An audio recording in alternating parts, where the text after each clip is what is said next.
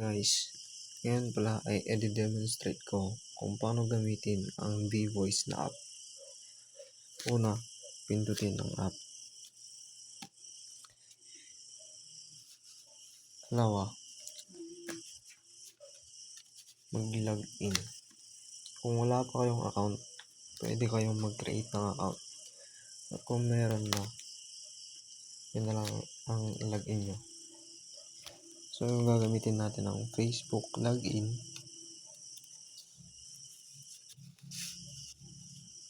At continue na lang yung account ninyo sa Facebook. And create. Tapos nun ay may successful na ang paggawa.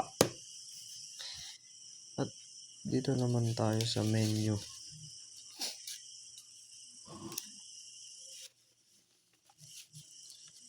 Meron dito ang create post, map, at chats. Punta naman tayo sa chat.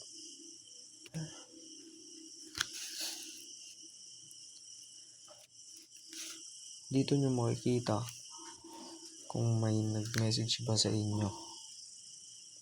Tignan natin yung back.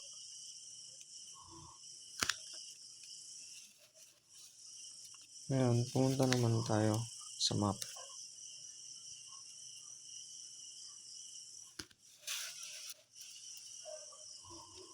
Dito naman, yung mapa ninyo.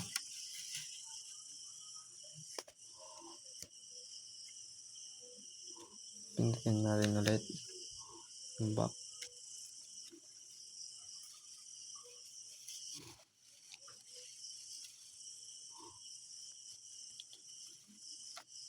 Dito naman ay pwede kayong mag-create ng post.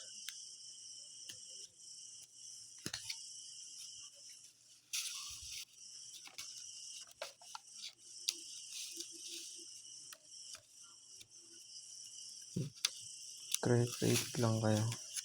Lalagay nyo lang dyan kung gusto nyong sabihin. Pagkatapos nyo naman gawa, create post, tantayin nyo lang konti.